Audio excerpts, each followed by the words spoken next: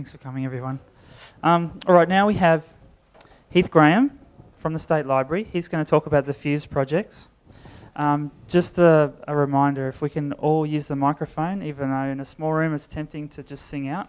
We want to record everything on audio, so if you could please raise your hand, I'll bring the mic over to you. Thanks a lot. Please make Heath feel welcome. Thanks. Well, first of all, thanks for inviting me. This is a bit of a different audience to the people I usually talk to, which is either school kids or teachers. I'm not a programmer myself of any shape or size. I'm a teacher. I've been working at the State Library for the last few months on these projects that were funded by the department. I'll get into it and talk a bit more about what Fuse is and where these projects come from. So Fuse stands for Find, Use, Share, Education, roughly. It's a site that's been built by the Education Department to host quality Web 2 resources for schools. There's a lot of anxiety around Web 2 in schools because of the sharing nature of it. So one of the big criteria for a lot of these sites was moderation had to be a big part of it, and they had to have a lot of control of what was posted to the site and who got to post to the sites. So that's a big concern. So the site Fuse is hosted by the department. Content on the site is submitted by teaching staff. If they find something they think is fantastic for class, they can actually submit it to be listed on the site, but then it's vetted by staff at the department, and they can reject that if they feel that the site is not suitable for use in schools in Victoria. It's sorted by year level and by curriculum area. These are actually two different versions of the Fuse homepage. The top one is the early childhood version, so you'd use that with kids from preschool through to about grade 2. The bottom one is the secondary homepage, so you can see it just looks a bit more grown up. And the resources are obviously going to be different on each of those pages too, because they're sorted by year level. It is searchable and everything's tagged, so if you're looking for resources for a particular topic, you can go in and search by tags. There's a separate section for teacher resources, most of which have been prepared by the department themselves. And you've got, as I said, there's 3 different landing pages. The content is also mirrored on the Ultranet, which is the department's internal website, which is a totally secure environment. It's very tightly locked down. The other people who can access it are registered teachers, students at a school, and their parents. There are even people in the department who can't access this website because they don't have VRT registration. So it's a very secure environment for schools and for sharing within schools, and all the content that's on Fuse is mirrored in the Ultranet. So the projects themselves, Innovation and Next Practice, which is a part of the department, had some funding, and they thought we want to create some more high quality Web 2 content for Victorian schools that has Victorian content. So they went out to a bunch of their partners, cultural institutions, educational groups around Victoria. People put in bids to create these resources, and there were 25 successful projects.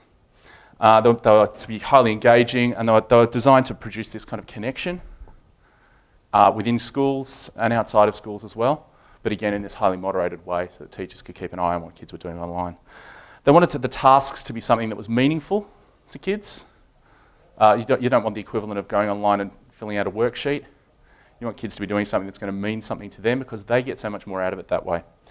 And once they were created, they'd be hosted on the Fuse portal. So where does Drupal come into this? Well, of those 25 funded projects, 9 were built using Drupal. And that's a really high proportion, I think, and I don't think that's an accident. I did a quick survey of some of the people who were won the bids, and the top reason was actually that one. They just shrugged their shoulders and said, "I'm not sure why. That's what our developers used," because they outsourced the development themselves. What they brought was the cultural knowledge, and they outsourced the web development. But I think we can all understand that the other reasons there are reasons that are important when you're building a site like this. And I think particularly in the educational sector, they are all factors. And these sites are all very, very different. I'm going to run through the sites, talk you through what they do and what they're designed for, and you'll see they're incredibly different sites. It's a huge diversity of things that these sites are doing. So although the people with the cultural partners weren't necessarily over Drupal, they did know that they wanted these things. And Drupal was a logical place to go for those. So I'll just run you through the projects one by one that were built in Drupal. I'm going alphabetically here because I couldn't think of a better way to do it. So this is 15 Second Place, which is Acme's project. So Acme, Centre for Moving Image, I believe their entire website is Drupal-based too.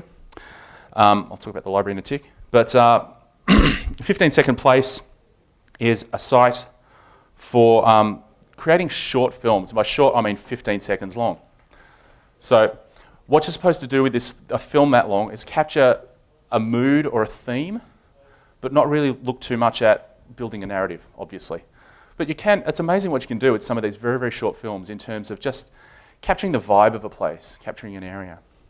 So there is an iPhone app, which is tied in with this. You can download the app, and if you upload a video straight from your phone, it's automatically geotagged. So location, they have an integrated Google map on the site. You can zoom in, find videos by site, as well as by theme. There's a couple of different ways to get into the content there.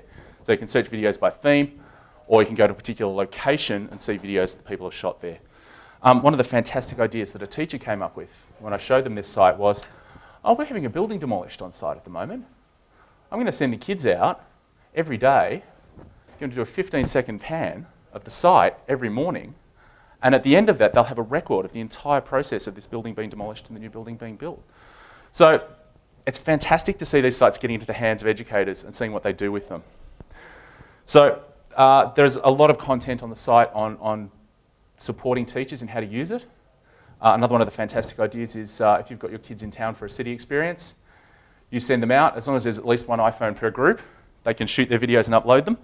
While they're going around shooting their videos, you are SMSing them instructions. So just some really interesting ways to use these new kind of technologies.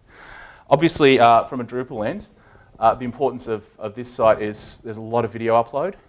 So that had to be something that was pretty easy to do. And there's a lot of content, and you have to be able to sort it in lots of different ways. So those kind of things, I think, really suited Drupal for this project. I'll try to just give my 2 cents worth on each of these projects as to why I think it's a good Drupal project, as opposed to just an awesome project, because there's some fantastic stuff here. This is Art Room 2.0, and this is from Art Education Victoria. We found a lot of these sites dealt with the idea of remix culture. We had a couple of music sites. I'll talk about one of those later.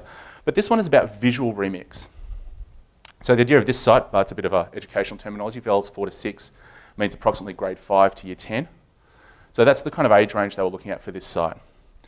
So as you can see there's an image up the top, and the idea of this site is people upload artworks, and then other people download those artworks and manipulate them in some way, and then re-upload them to the site.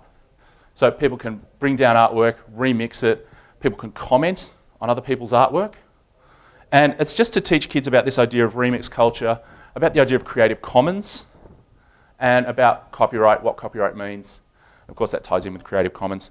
So look, there's a lot of powerful learning that goes behind this, but it's also an awesome, fun activity. And they're getting some great stuff uploaded to this site now. So it's this ability to kind of upload and download, and that comments and comment threads and building conversations, I think, excuse me, that is the core of this site. And I really think that, again, the flexibility of Drupal was perfect for this, and the ability to have comments on content, upload, download. A lot of good stuff came up on this site. Incredibubbles, I'm going to skip through reasonably quickly because this one's still being worked on, but the idea of this one was to look at data visualization. So they've got some interactive data visualization down, like this one down the bottom, which is actually the Victorian school curriculum. You can add data in the bubbles. They also had some examples of data visualization and a lot of good resources on data visualization. Because we all know if you present something visually, it can make a completely different impact to actually reading statistics off a table. This one is, like I said, still a work in progress, so I'm going to move on and talk about, Inside a Dog. This is actually the State Library's project. I was actually pretty closely involved with this one. I wrote most of the teacher resources. And this is a youth literature website. There was an older version of Inside a Dog that was actually an in-house project that was built in the spare time of the developers at the time, I believe, but that was back in 2006. It was really starting to reach its use-by date by the time this funding came through. So this is the front page of the site. I'll hopefully get a chance to show you the site itself at the end, but this is a rotating carousel of the most commonly reviewed books. So kids can choose those books. They can click on a cover, and that will take them to the book's page. There's a little blurb about the book and links to all the reviews that have been written of that book. If we have any other information on the book, that'll be there too. For example, some books get book trailers these days. We'll include a link to the book trailer If we get a free sample chapter from the publishers, we can link that there as well. So lots of different ways to get kids into the idea of books. The other thing we have there is we have 2 blogs that run. One is a news blog that's run by staff at the library from the Centre for Youth Literature. And the other one is an author blog. Once a month we get a YA author in, that's young adult, so people who write books for teenagers, and they blog for us for a month, and they can blog on whatever they want to. We've had people write about stage magic. We've had, obviously, a lot of them write about their writing process, but it's really up to them. It's just a new way for kids to engage with authors. It's often hard for kids to get access to authors, so the idea was to give kids a different way to access authors. And of course, being a blog, they can comment. We've had people who've written new blog posts in response to comments they've received. So it's just a way to interact. We also have book clubs, which are a new feature on this version of the site, and they're actually user created. So students can create their own book clubs. We've had a kid in, I think she was from Minnesota, created her own book club. So it literally has gone worldwide. But obviously, as a teacher, I see great utility in teachers creating book clubs for their class. And inside that book club, you can set a book to review, you have your own forum, and you have your own blog. So you can do a lot of stuff within your blog, and of course, you control the privacy settings, so you can keep it to just the kids in your class. I think it's a fantastic resource for teachers and a great way to kind of connect kids with literature in a bit of a different way. There's a recommended books feature. There's lots of different ways to get into the content, and we've provided a lot of teacher notes on how to engage kids more creatively. So there's things like how do you make a book trailer for yourself, how do you use multimedia in an English classroom, all that sort of stuff. Page to Stage is from the Arts Centre, and this is basically a toolkit to create a dramatic performance.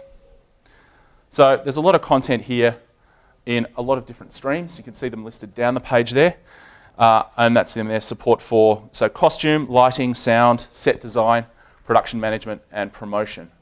So if you really want to move beyond kids standing up the front of the class with a copy of the script and reading it out with their head down like this, and move on to the idea of a real production, this is a fantastic resource to support kids who might want to go on to do theatre studies in year 11 and 12.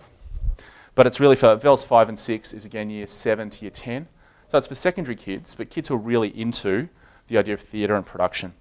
And it talks through those roles. And being from the Arts Centre, they've got a lot of fantastic content there from, do you know what a production manager does? Well, they've got 3 video interviews with production managers who work at the Arts Centre on there. So you've got that kind of content. The other thing you have is an online folio.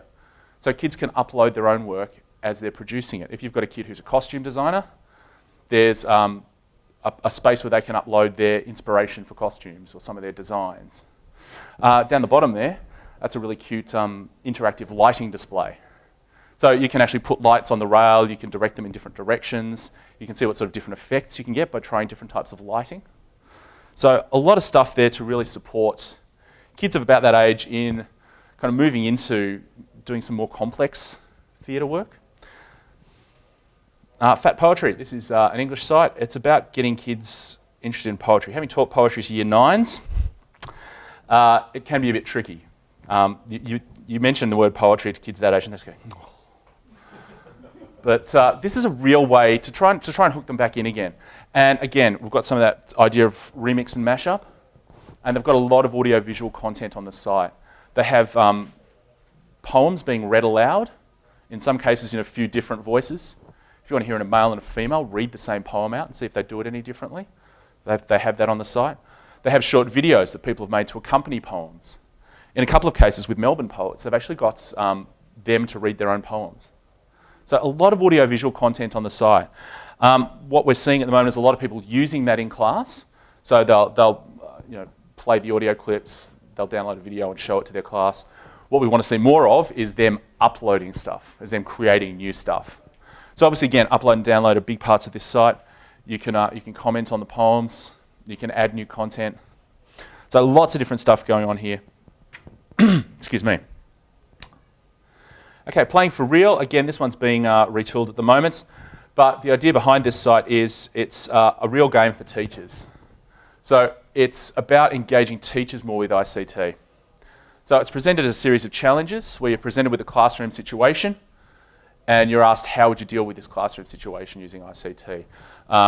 One of the examples was, you're at home one evening, you find a perfect YouTube video for your geography class the next day. What are you going to do now that you've found the video? Do you A, rock up at the start of class time and just pray like hell that YouTube's unblocked that day and you'll be able to upload the video and watch it in class? B, go in 10 minutes early, preload the video so it's there ready to go at the start of class? C, do you use one of the many tools that you can find online these days to download the video to a thumb drive and take it into class? Obviously, you're going to get different numbers of points depending on which of those options you choose, because some of them are going to work better than others. So the idea is, yeah, teachers will complete these scenarios and I'll just give them a bit more exposure to some of these ICT ideas.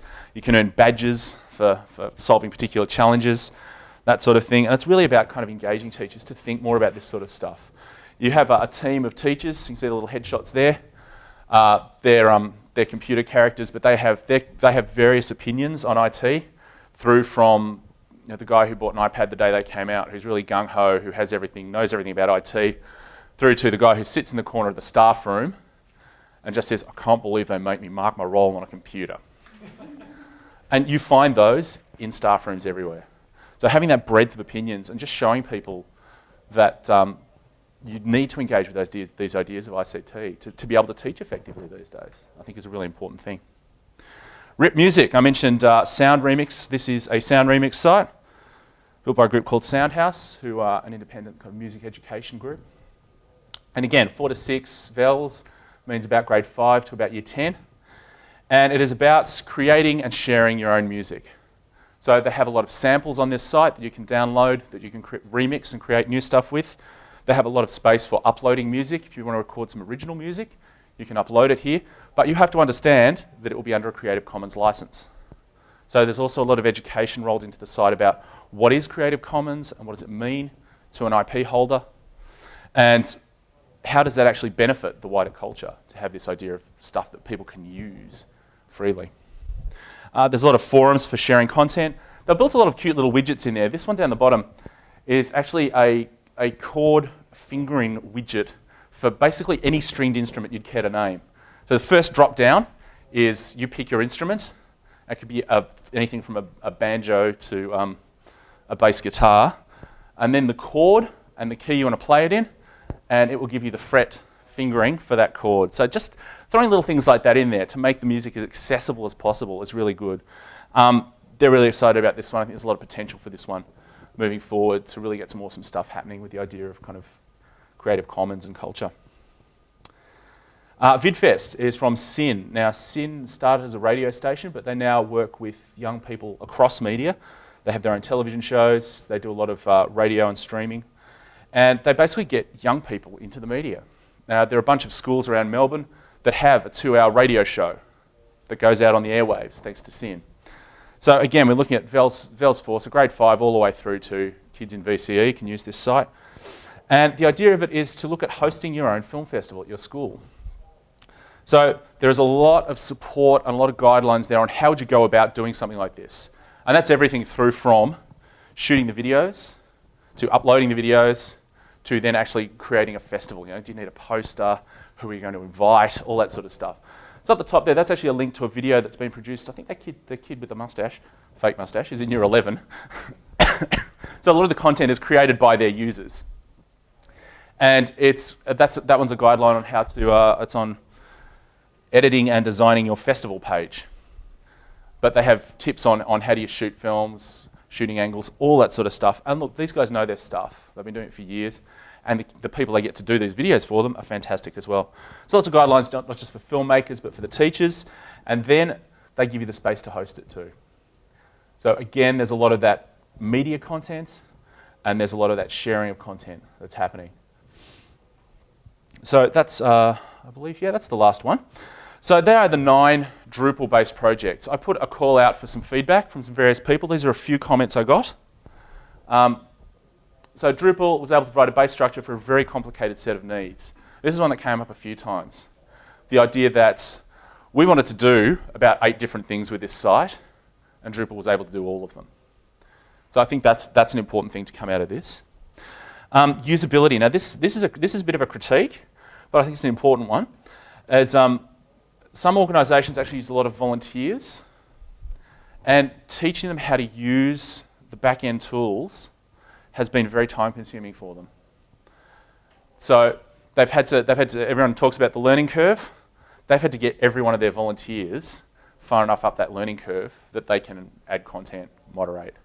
So that's been a bit of a challenge. Yeah? We might grab the mic. Have you just used the normal Drupal backend for all these sites, or have you had to? I'll get to that in a tick. Okay. Yep. But yeah, no, good question. The next point too is related. Ground level users, and here they're talking about people who are from a cultural institution, but they might not have much experience with computers. They found it quite complicated to do the admin stuff and the back end stuff. I've had to actually at the library train a few people who've not even used anything like this before, and it's been a big learning curve for them. Moderation of content is really easy once you know what menu you're looking at. So that's some more feedback, is that, look, moderation's pretty easy. Once you know where to go, what cues you're looking at, it's then quite simple to do. So this is where, coming back to your customization point, I think, is the next one. Templates had to be tinkered with a lot. So this is one, I think, where they had the templates pre-made and then they were kind of repurposing them. And they found that quite tricky. But I think if they'd have actually, I think this is one that was done in-house. I suspect if they'd have gone to someone outside and gotten it designed from scratch, it would have been a quite different experience for them. So a lot of them were, and a lot of them I think were kind of bolted together rather than customed. And I think that impacted on people's experience in the end. So does that kind of address? Sorry. I was just more wondering about, because with a couple of our clients, the normal Drupal admin is one page, you edit that one page, whereas some of these are like, you have a moderation, you have videos, link, so it's a it's like table implementation. And then for someone to come along and try and update that, it's not usually straightforward in Drupal. It takes a fair bit of and I do think that's an training. Issue. I do think that's an issue that some people ran into with some of these projects, is they are very big and very complex. And look, I don't think there's a CMS in the world that can be all things to all people. Yeah, it's almost, you have two sites, one for exactly, one exactly. And I think that's something that a few of these sites did run into, was they were trying to be very ambitious on a very short time frame and not the hugest budget in the world. So look, we had to have some other feedback though, that development was very quick and the developers could make changes quite quickly. One thing I'll add as being a moderator for one of these sites was I love the ability to edit it myself. We on Inside a Dog, one of the things we do is you can sort books by genre. And somebody said to me, geez, I wish you'd added a few different genres there. I wish we had, what did we add? Dystopian or graphic novels or a couple of other genres that they wish we'd had. And I said, done. And I jumped in on the back end and the genres were added in 2 minutes. So I think there is that, if you know where you're going and what you're doing, you can do that kind of level of adding of criteria and stuff quite quickly. But at the higher level, it's a lot more complex. And handover, I think, has gone pretty smoothly for all these places from their external developers onto their internal servers. So that's the feedback we've had. I've actually put together this site which has links to all of the projects, all 25. I was actually going to go to that site if I've got a few minutes left, I think, and show you some of those sites in action, as it were. So this is my page, just a basic WordPress blog, but the department approved, so that's why it's on this particular platform. So I'll show you a couple of the sites. I'll start with the dog because it's the one I'm most familiar with. So this is my page for Inside a Dog. I'll take you through the page itself. So for those of you who aren't familiar with the origin of the name, there it is. It's a quote from Groucho Marx.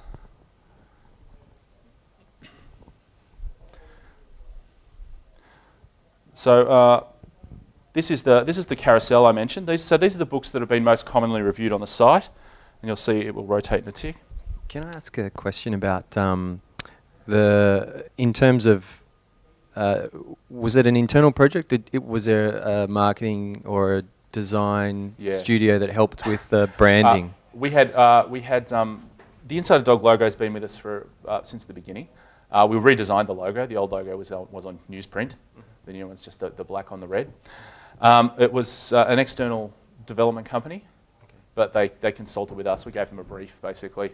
They threw a few designs back at us, and we said, we like this one.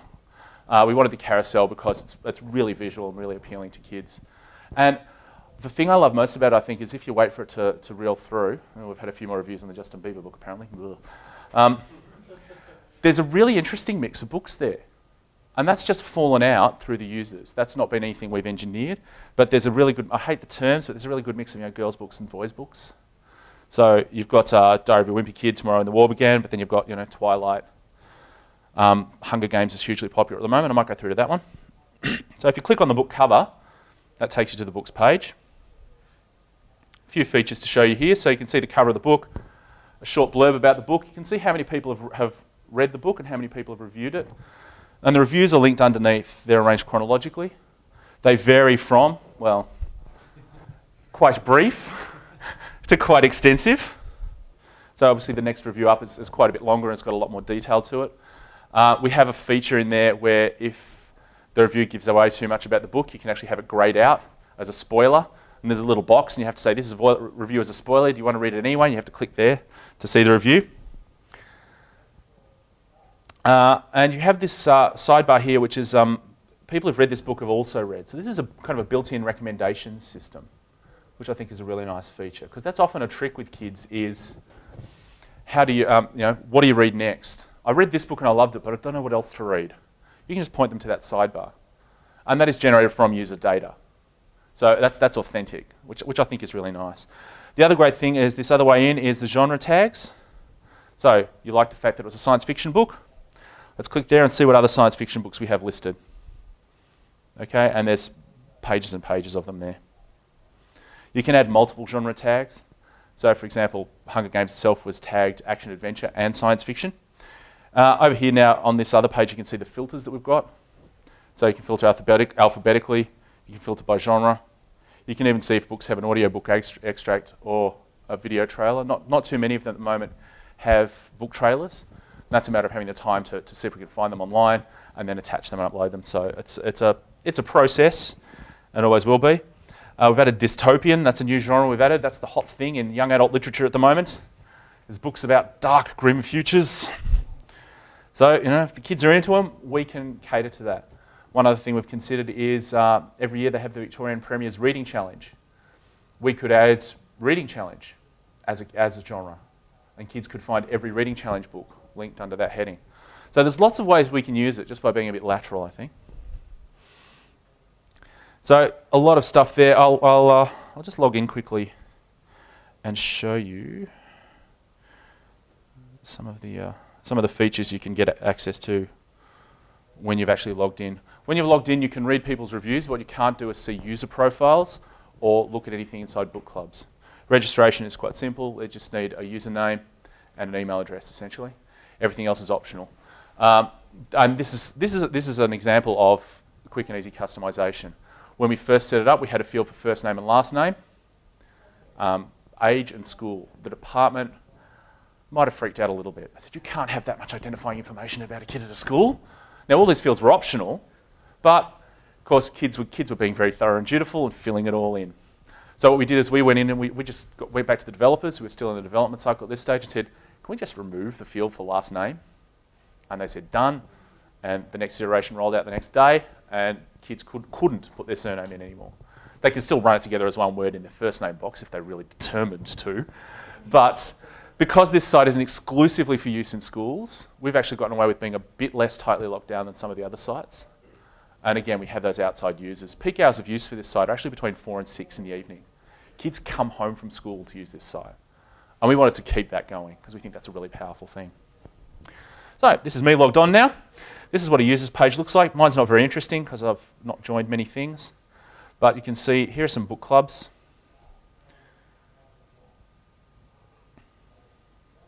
Yes, I had incredibly original names for them. So this is a book club there. And as you can see, you have you can put a current book on.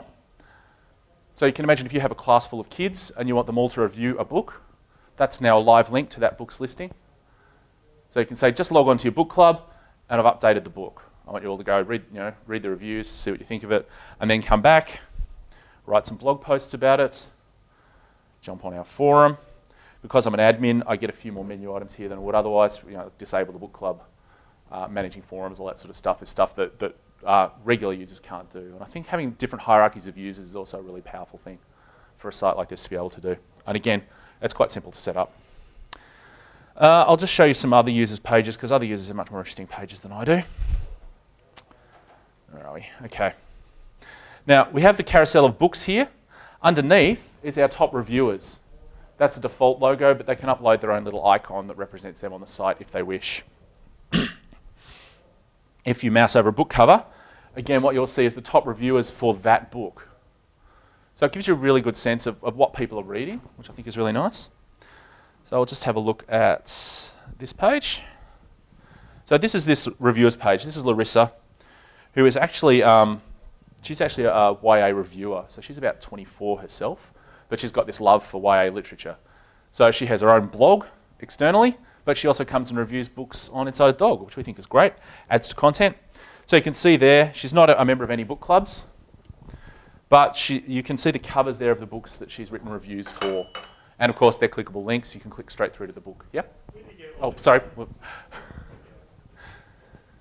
Where do you get all the cover images from? Because they're all pretty good images, which is Yeah, they are surprising. good images. Most publishers these days actually have high-res images free for download on their site because it's free publicity for them. They want to get the covers out there. They want people to see that this is what the book looks like because it helps generate interest. So we've not had any problems on that level with sourcing book covers. So someone adds a book and then you go get the cover and Yeah, add it. they can either add it themselves or we can add it later if they can't find it because sometimes kids will just Google it, grab the first image they find. That's, and that's why I was surprised. It's 100 by 150 and it's at shocking resolution. So we then go and find a high-res image and we upload that instead. Yep. So. I was wondering if it was hitting some kind of automatic download. It's not actually automated. We actually have to attach the images manually, but it's not too time-consuming. And once a book's listed, it's listed, and other people can write reviews of it. So it's only when a new book gets listed that we need to go find the covers. So, okay, so there's a heap of books there that she's reviewed. The beautiful thing about this, it's persistent. Kid sets up a profile in year 7, and it's going to be there till they're in year 12 or after school. So you can have that persistent link of what book clubs they've been members of, what books they've reviewed. When I saw this, I thought, as a teacher, you pull this up on parent-teacher night and show the folks what their kid's been up to on Inside a Dog, that's a really powerful tool. So I think these user pages really can change how teachers can use the site, along with the book clubs, which give them a lot of different ways in. So that's Inside a Dog, which I'll show you some of the blogs pretty quickly. Heaps of book clubs. We're getting a lot of use of the site. We get about 10,000 unique visits a month, which is fantastic. We're not getting a huge number of comments on blogs at the moment, but that's not too much of a problem. My experience is that people comment less on blogs these days than they used to. That's just my general vibe. So this is a post by one of our current YA reviewers. As you can see, she's writing about, so these are her notebooks from her research trip to France that she took. She's currently researching a book about an opera singer in 17th century Paris. So how does she do her research notes, that sort of thing? Here are some fantasy books that she really enjoyed. What do you read while you're at the beach? So you can see they're trying to generate some ideas and some thoughts about that sort of stuff there. Then we have the other blog. And again, the two blogs are merged on this page, but you can separate them out through the tabs up the top here. So blog, Residence is our writer in residence, which is the author. And blog is the news blog, which is run by the staff at the library. So that is that's the cover for a new, really popular YA series. That's the latest cover. So she put it up there, said, hey, what do you think of this cover? Here's a writing competition. Happy holidays, that was just a post for Christmas. We run competitions every month. So the idea of this competition is take a page of newspaper, black out words, and the words you leave make up a poem. And we get these entries sent into us, and they can win a book pack. So we run those kind of competitions through the site as well. This is Juliet, who works at the library. She's head of the children's collection. So that's a short video that the library made of Juliet talking through some of the amazing things we have in our children's collection. Was it 200 copies of Seven Little Australians, I think? So there's a lot of content there about the world of young adult books that's brought in by the staff. Did you? Well, there you go. Richard's also in IT at the library. He knows a lot more about the kind of the implementation of Drupal within the library, which has been a pretty huge project for the last few years, I think it's fair to say. Were there any of the sites I mentioned that people would like to have a quick look at while we've got a couple of minutes? And I've got the internet working. I'll just have a look at a couple then. Where are we? I won't do web else engage. We'll have a look at page to stage. So this is the Arts Centre site.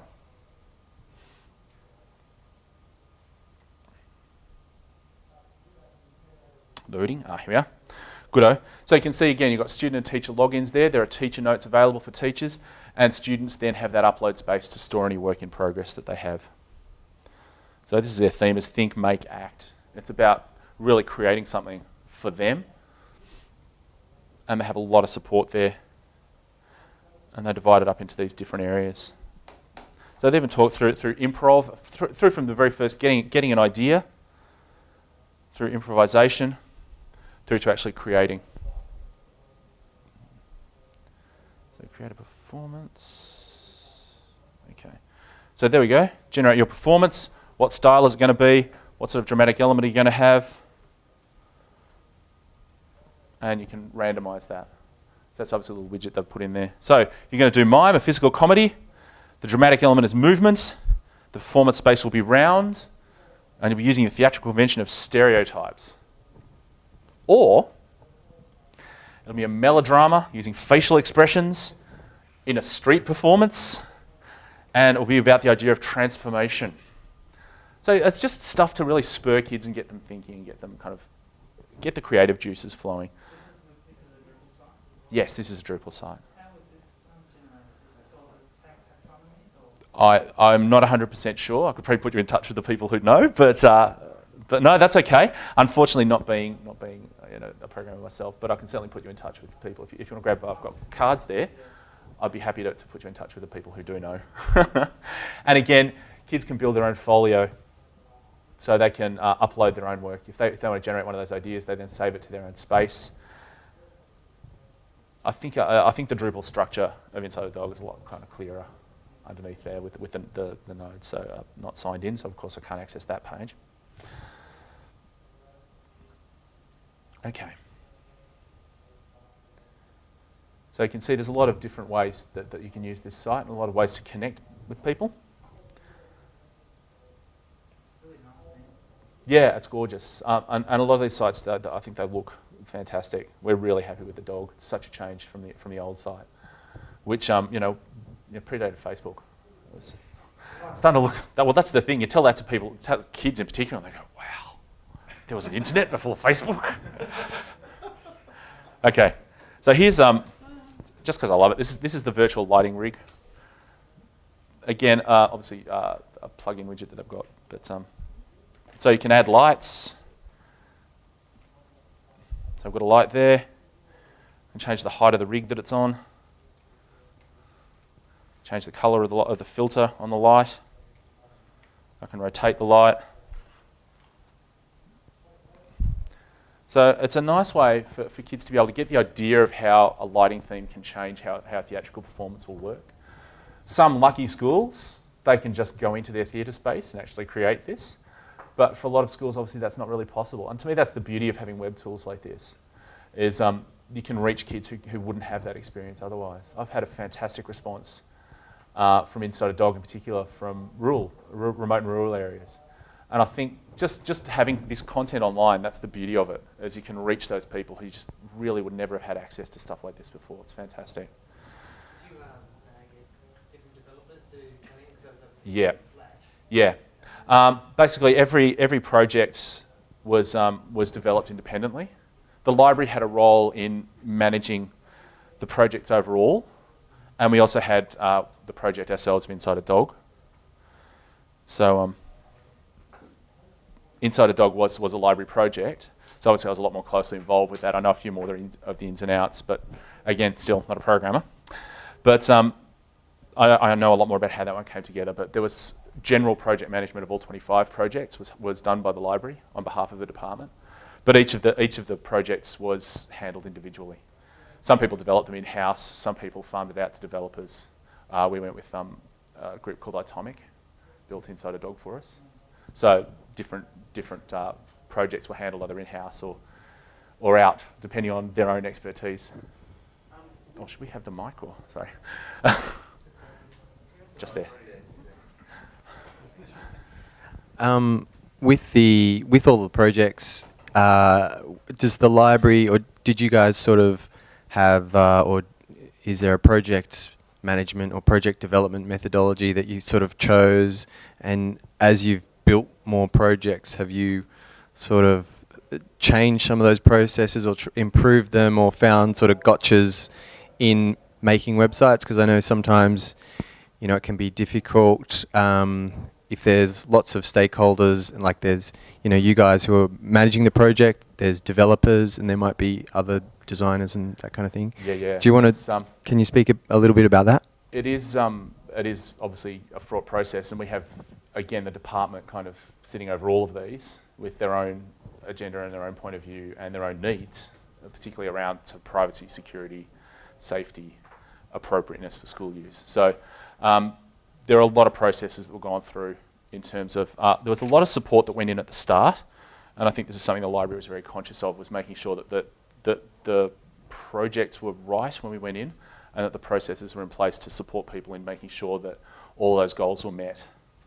prior to really getting the code happening, as it were.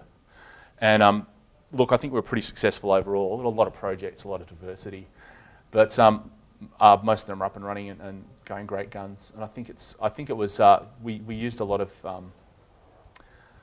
the first step was having kind of critical friends, having some of the other developers go over this stuff. So the other groups, they would meet together and say, well, look, what about if somebody tries this with your site or whatever? So there was a lot of that kind of engagement. We got a lot of educational consultants in to talk to people, and a lot of IT consultants in. We actually had Mark Pesci fly down to talk to all of the developers about their projects, and he was a fantastic sounding board, being so involved with Web 2. He was a fantastic sounding board for how some of these projects might pan out, what might work well, what wouldn't work well. So there's a lot of groundwork that was put in beforehand. I think that really contributed to the success of the projects down the line. Yeah. Talking a little bit more about design of these sites, these are obviously, a lot of them have a Victorian context. Yes. Do they line up? Did you have specific learning objectives that lined up with the national curriculum, for example? Yeah. How did you pick sort of the learning? Our first brief was to meet VELS, the Victorian Educational Standards, and all of the sites are aligned specifically with VELS. Most of the people obviously looking forward have also built in links to the Australian curriculum. And Victoria is actually pretty well placed in that the Australian curriculum has a lot of similarities to VELS, and the actual current implementation of VELS is called AusVELS, and rolls in the Australian curriculum standards and has done it with a minimum of pain and fuss. I think some of the other states are going to have a lot more trouble because their curriculum framework is a lot more different. Now, can you find, is there a place where we can go and find out exactly which Yep, absolutely. VELS these line up So to? curriculum links there. Okay. If you click through there, I've lined them all up so you can see which of them are at VELS 4, which is grade 4 and 5, which of them fit into those particular curriculum areas. Now, do you provide, my last question, do you provide, and how would you do this, any sort of data output for teachers or educators on tracking their students in this, other than just through the interface? Okay. That varies on a project-by-project basis, obviously. Having the user pages on Inside a Dog allows teachers to get a pretty granular view of what their kids are doing on Inside a Dog. Some of them have specific teacher logins, and your class will be attached to you, so obviously you'll know exactly what they're doing on that site. Others of them are a bit less structured. So it really does vary from site to site. Some of them had quite tight curriculum goals. Others of them were more kind of cross-curricular. And it really varies from project to project. Every project, though, does have teacher support, teacher notes, and ways for teachers to use the site. So that was a pretty important part of all the projects, was that they not just be, here's this thing, but that it be, here's this thing, and here's how you can use it productively in class. So that was a lot of thought went in, again, at that planning stage. Are all these sites public? So could I point someone in Queensland Education to them and they could be Some of used? them, not all of them. And again, that depends on how kids are going to be using the sites. With Inside Dog, because they're writing book reviews, we like I said, we had a teacher from Alaska sign up. We've had people from all over the world using Inside a Dog, because our level of control comes at the book club level. And clubs are pretty tightly controlled. But there are other sites that you literally cannot even access unless you're a teacher who's registered with the VIT. Right. So it really does vary from project to project. Would you make the code available to other educational groups? Again, look, that's something you probably have to talk with them on an individual basis about. Most of them are built on a Creative Commons basis, so I think if you talk to them and talk to their developers, that'd be the way to go. I do have some information down the front here. I have a couple of copies of the brochure that was produced by the department that has links to all of the projects, and have my business card, and if you want me to hook you up with anyone, I'll be more than happy to. But yeah, that's one last quick question. How old are these sites? Are they in the last 12 months? They've all been launched since June last year, so they're all quite recent sites. Yeah. What sort of support did you get from your internal IT teams? Well, do you want to answer that one, Richard? No, look, again, some groups have, depends on the size of the institution. Obviously, we're a reasonably large institution. We have an internal IT team, and I think that went more smoothly than some of the handovers from an external developer, didn't it? Yeah. And it's been, it's an ongoing dialogue, as it is with any of these things. But some... It's a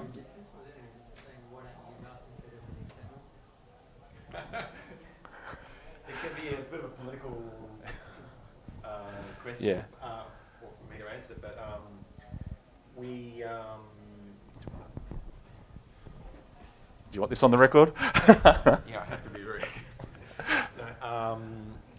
basically, well, Heath comes from a specific division within the library, which is the Learning Services division, and they were probably one of the most web-focused teams within the library, and so they are confident enough to go out and get a contractor to manage a project. Obviously, it's an externally funded project, so it's not part of our regular budget. Yeah. But we're very happy to work with Itomic, who's developed the Inside a Dog project, and they're currently working with us on a new project as well, and a new project, and also like doing updates with Inside a Dog. We're talking with Itomic. They liaise directly with us in the IT team as far as updating the development version. It's really just comes down to, it's like a divisional and a budget decision as to which way you go. Yeah. I think with us, because we're a large institution, this went above and beyond business as usual, and we had a pretty strong brief, so we outsourced that. Depending on the institution, I think, and the size of the institution, I think that the answer would vary a lot depending on the group. Obviously, one of these sites was built by the museum. They have a huge web team. Other sites were built by groups that are like 5 people. And they obviously are going to depend a lot more on their developers. So, yeah, it really depends. One last question from me. Okay, final question. Out of the 25 projects that you were talking about, Yes. 9 were developed in Drupal. Yep. What were the other 16? Look, there was a range. Look, good question. There was a huge range. We had one that was essentially a virtual world development. So that was built using World Builder, I think, and then it's basically been supported with a WordPress blog. So because there's such a diverse range of sites, some of them have very different needs. But I think the adaptability of Drupal has really suited it for this kind of development and for this sector, really. I think the fact that it's adaptable, it's flexible, you can do so many different things with it, and of course that the support is there and that sort of thing. So, a huge range. There's no one thing that they've all used, and some of them have basically bolted something onto their in-house system anyway. So, for example, the museums project is a part of the museum website. So it's just been rolled in as, that's been more of a business as usual thing for their web team. Look, thank you very much. I do have business cards and brochures down here if anyone's interested in the project overall. Feel free to get in touch, and if anyone wants to kind of be put in touch with any of the other developers, let me know and I'll see what I can do. Thank you. Thank you.